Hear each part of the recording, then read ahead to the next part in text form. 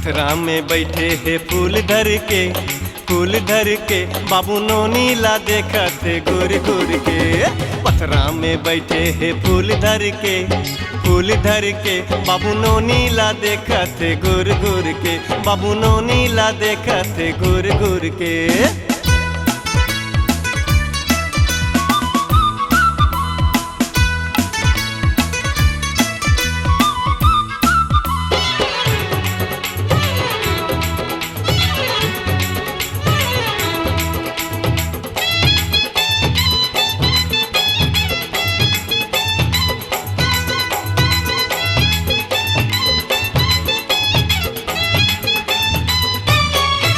अनी बानी के कोरे है केस कंगी कहे ऋतिक बागिर दिखतो ना जी संगी।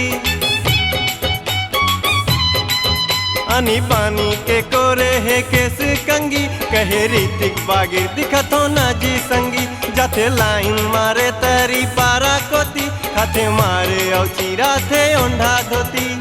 अतकी खाते मारे तहु नीचे ते अतकी खाते मारता हूँ नीचे ते। ए बाबू नोनी हरहावेगा सेठ घर के। पथरा में बैठे है फूल धर के बाबू नोनी ला देखत गुर गुर के। बाबू नोनी ला देखत गुर गुर के।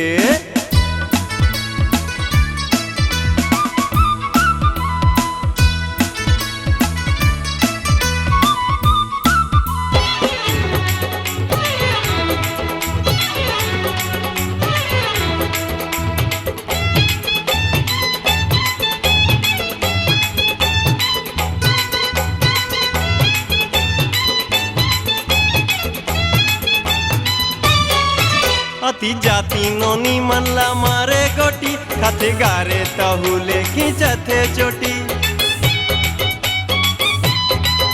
अति जाती नोनी मनला मारे गोटी खाते गारी तहुले खींचते चोटी। तना मारते देखे ले सुगर नोनी दादा आवे त मुँह में भरते पोनी।